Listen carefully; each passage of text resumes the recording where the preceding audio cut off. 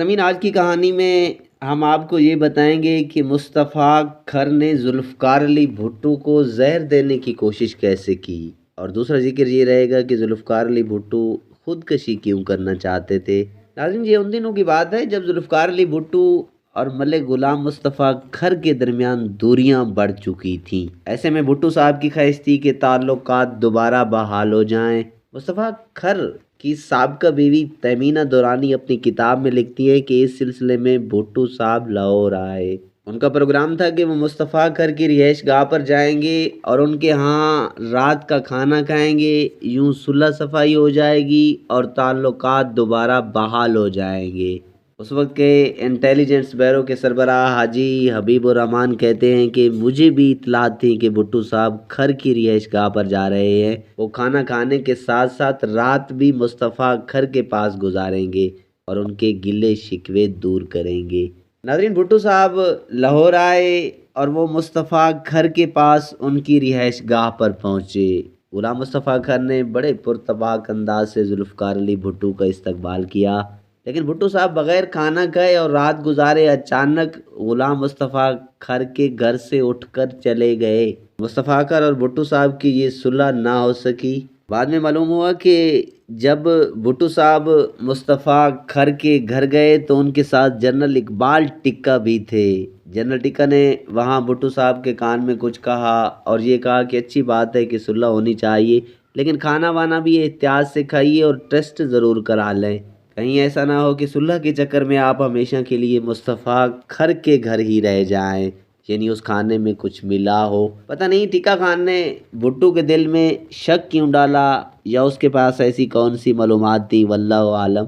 یہ بات سنتے ہی بھٹو صاحب کھر کی رہائش گاہ سے اٹھ کھڑے ہوئے اور صلح کا سارا منصوبہ دھرے کا دھرا رہ گیا۔ سمین، اب دوسرے واقعے کا ذکر کرتے ہیں۔ منیر احمد اپنی کتاب میں لکھتے ہیں کہ ذوالفقار علی بھٹو مرحوم کے بارے میں ان کے ذاتی دوستوں اور عزیز و اقارب کی متفقہ رائے ہے کہ وہ خاندان بھر میں سب سے زیادہ ذہین تھے، اور ان کے والد شاہ نواز بھٹو کو پختہ یقین تھا کہ ان کا صاحبزادہ کبھی سیاست میں نمایاں مقام حاصل کرے گا۔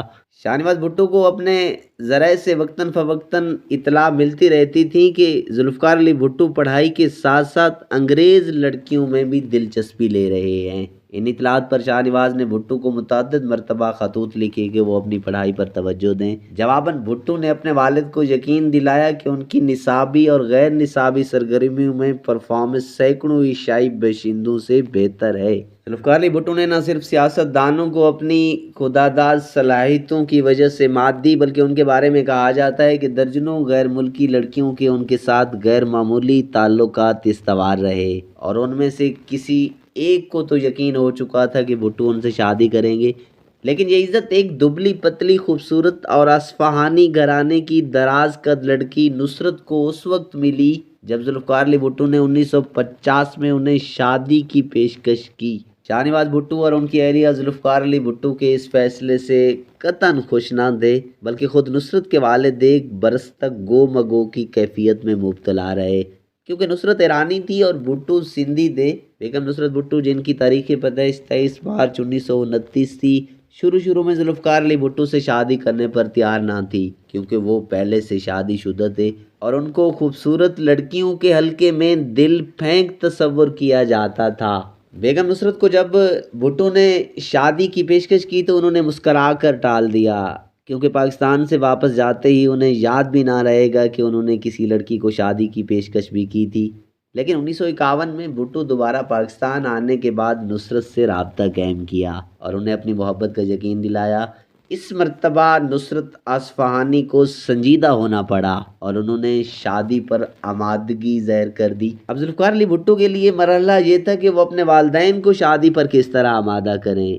ان کی والدہ تو خیر کسی نہ کسی طرح مان ہی جاتی، لیکن مسئلہ شاہ نواز بھٹو یعنی ان کے والد کا تھا، جو قطعاً اس بات کے حق میں نہ تھے کہ ان کا صاحبزادہ خاندان سے بہر شادی کرے اور مستقبل میں ان کے آباء و اجداد کی جائیداد غیروں میں چلی جائے۔ شاہ نواز بھٹو نے ذوالفقار علی بھٹو کو نصرت اصفہانی سے شادی کرنے کی اجازت دینے سے انکار کر دیا، تو ایک روز بھٹو نصرت کو ایک مسجد میں لے گئے جہاں مولوی صاحب ان کا نکاح پڑھانے کے لیے تیار تھے، لیکن نصرت نے اس انداز میں شادی کرنے سے صاف انکار کر دیا، کیونکہ ان کا موقف تھا کہ شادی ایک ایسا فریضہ ہے جسے چھپ چھپا کر انجام نہیں دینا چاہیے۔ چنانچہ اپنے والدین کے رویے سے بد دل ہو کر بھٹو نے خاندان کے بعض افراد کے ذریعے والدہ کو یہ پیغام دیا کہ وہ اس طرح کی زندگی سے تنگ آ گئے ہیں۔ گویا بھٹو کی طرف سے یہ دھمکی تھی کہ اگر انہیں نصرت سے شادی نہ کرنے کی اجازت دی گئی تو وہ کچھ بھی کر لیں گے، جس پر ان کی والدہ محترمہ خورشید نے انہیں کہا کہ بیٹا آج کے بعد وہی ہوگا جو تم چاہو گے۔ اس طرح ذوالفقار علی بھٹو کو نصرت اصفہانی سے شادی کرنے کی اجازت مل گئی اور 8 ستمبر 1951 کو نصرت اصفہانی بھٹو کی شریک حیات بن گئی۔ شادی کے بعد ذوالفقار علی بھٹو اپنی دوسری اہلیہ کے ساتھ لندن چلے گئے، جہاں انہوں نے زندگی کے بہترین ایام گزارے۔